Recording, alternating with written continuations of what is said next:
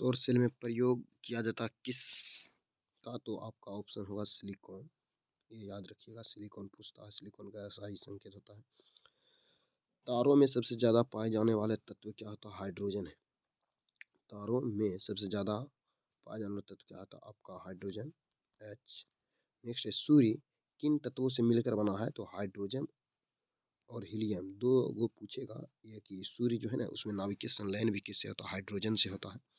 उसमें क्या होता है? हाइड्रोजन हाइड्रोजन आपस में जुड़कर जो है ना आपका हीलियम का निर्माण करता है, जिससे सूर्य में ऊष्मा और प्रकाश उत्पन्न होता है। तो आपको ये ध्यान में रखना होगा।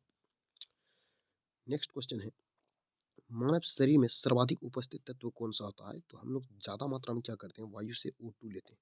तो आपको इतना को सोचकर भी याद रखना होगा कि ऑक्सीजन हमारे मनुष्य के लिए लाभदायक है। तो हमारे शरीर में चौबीसों घंटा ऑक्सीजन का मतलब आदान प्रदान होते ही रहता है। आएगा फिर CO2 बनकर निकलेगा, फिर आएगा फिर CO2 बनकर निकलेगा, ऐसी क्रिया हमेशा घटती रहती है। नेक्स्ट क्वेश्चन है कि हमारे वायुमंडल में कौन सी गैस ज़्यादा पाई जाती है? आपको पता होगा नाइट्रोजन, जिन्होंने वह 78% पाया जाता है, ये याद होगा। नेक्स्ट क्वेश्चन है, फास्फोरस परमाणु क्रमांक कितनी होती है? यानी फास्फोरस का परमाणु क्रमांक को ही हम लोग क्या कहते हैं? केमिस्ट्री का वर्ड है क्रमांक, हम लोग परमाणु संख्या कहते हैं, 15 होता है, ये आप सबको पता होगा। नेक्स्ट है क्वेश्चन, दूध में सर्वाधिक मात्रा में पाया जाने वाला तत्व कौन है? कैल्शियम। अगर आप दूध खाते हैं तो आपका हड्डी मजबूत होगा, दांत मजबूत होगा, इस तरह, इसलिए कैल्शियम हम मनुष्य को ज़्यादातर जरूरी भी होता है शरीर के लिए। चलिए नेक्स्ट क्वेश्चन है, आवर्त सारणी में सबसे हल्की गैस क्या होता है? तो आपको पता होगा कि हीलियम ही एक ऐसी गैस है जो सबसे हल्की है।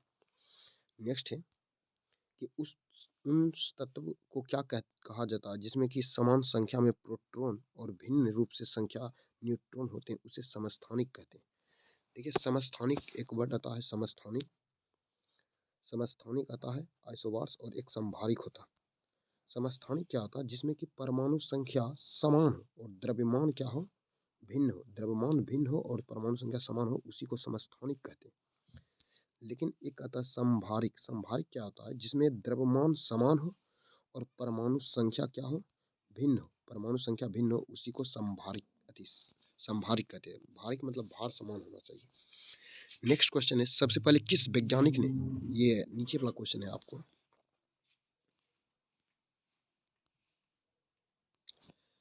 सबसे पहले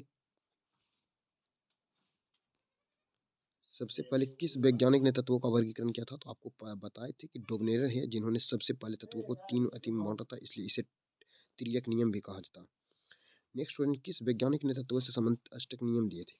अष्टक नियम का प्रतिपादन न्यूलेट्स किया था, ये तो आप लोग को भी पता होगा। नेक्स्ट क्वेश्चन है,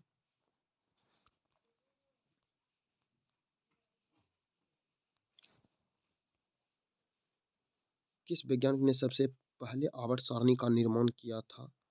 मेंडलीव। जो अभी पढ़ रहे हैं उसमें मतलब सुसज्जित रूप से जो निर्माण किया था मेंडलीव किया था। वो तो पहले न्यूलेट्स अति डोबनेयर आया था, फिर न्यूलेट्स आया था, उसके बाद मेंडलीव आया था।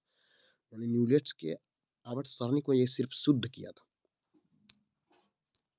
नेक्स्ट क्वेश्चन है, आवर्त सारणी में पहला तत्व कौन सा है? तो आप लोग को पता है, हाइड्रोजन ही पहला तत्व है, इसी को आवारा तत्व भी कहते हैं, ये याद रखिएगा।